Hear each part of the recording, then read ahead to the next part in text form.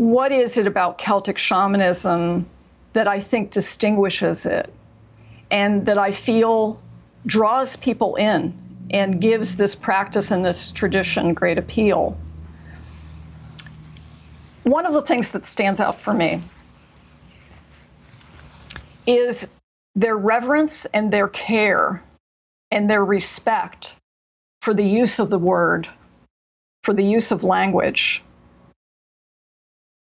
When you gave, for instance, your word, we have that expression, giving our word to something, making a promise, making a vow.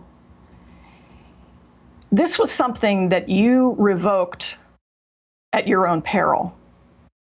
This was seen as a scar upon your soul and a wound upon your heritage, upon your ancestors, upon your progeny, because the word was sacred. And so when you broke the word, you broke a vow, it was like a sacrilege.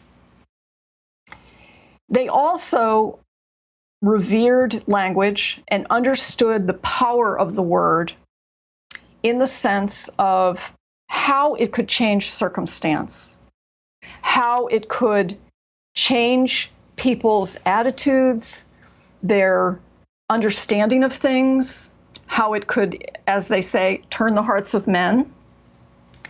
And the bards were very, very conscientious about studying the stories, knowing the stories, honing the stories, so that when they were called upon in a situation to deliver a story where there might be discord in a village or in a community, it was incumbent upon them to not only choose the right story, but to tell it in a way that would transform that discord into accord.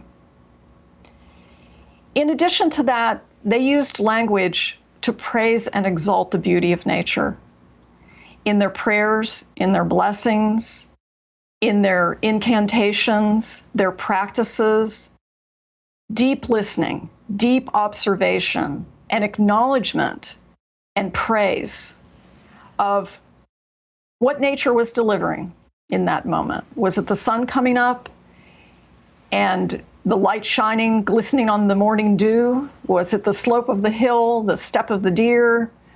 Was it the rush of the river, the roll of the ocean, the majesty of the mountain?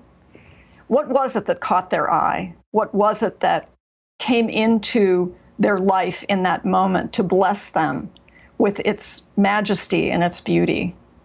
And it was up to them to acknowledge it. I mean, that just only seemed right. We talk about, how important it is to smell the roses. We forget to smell the roses. I mean, these are people who not only smelled the roses, they emulated the roses, they praised the roses, they thanked the roses for being roses, and extended the blessings of the rose to one another. So it's a whole reverence, I think, that they have, and deep appreciation for the power of language, what it is that we can do. We can use language to commune with the nature beings, to commune with the spirit, the other world that permeates our world. In addition to that, the other thing that really intrigues me about this tradition and that I really like is the appreciation for the ongoingness of creation, the ongoingness of beauty, of wonder, of magic in the world as being a kind of force. And they might call, for instance, the ongoingness of creation and the potential that that ongoing creation has to nourish us, to become fertile, to grow, to come to fullness, to come to harvest, so that we can be nourished and we can be sustained.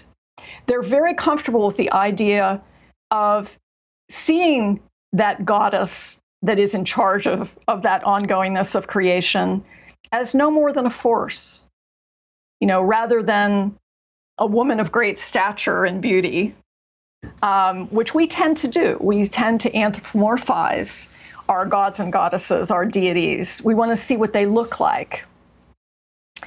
And the Celts were very comfortable with this idea of acknowledging things as a force. I mean, the Fae are a force.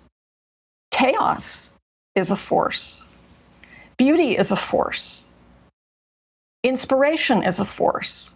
So how do you tap into those forces? How do you invoke them and kind of flow with them in a way that will imbue your life with that creativity, with that magic, with that beauty, with that harmony?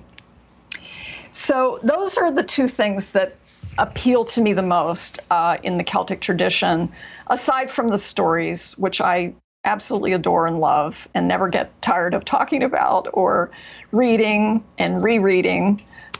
It seems like every time I read a Celtic story, particularly if it's a beloved Celtic story, I see something new. And it can be like such a small detail that reveals so much about the Celtic way of seeing and being.